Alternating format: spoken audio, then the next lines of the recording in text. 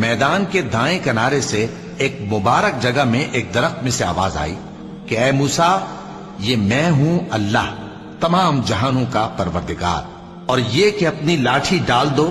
سو جب انہوں نے دیکھا کہ وہ حرکت کر رہی ہے گویا سانپ ہے، تو پیٹ پھیر کر چل دیے اور پیچھے مڑ کر بھی نہ دیکھا۔ فرمایا موسیٰ آگے آؤ اور ڈرو مت، تم امن پانے والوں میں ہو۔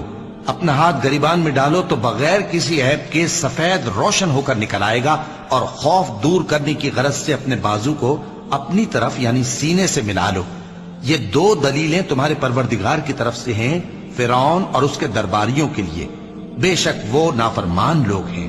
موسیٰ نے کہا اے پروردگار، ان میں کا ایک شخص میرے ہاتھ سے قتل ہو چکا ہے، سو مجھے خوف ہے کہ وہ مجھ کو مار ڈالیں گے، اور ہارون جو میرا بھائی ہے اس کی زبان مجھ سے زیادہ فصیح ہے، تو اس کو میرے ساتھ مددگار بنا کر بھیج۔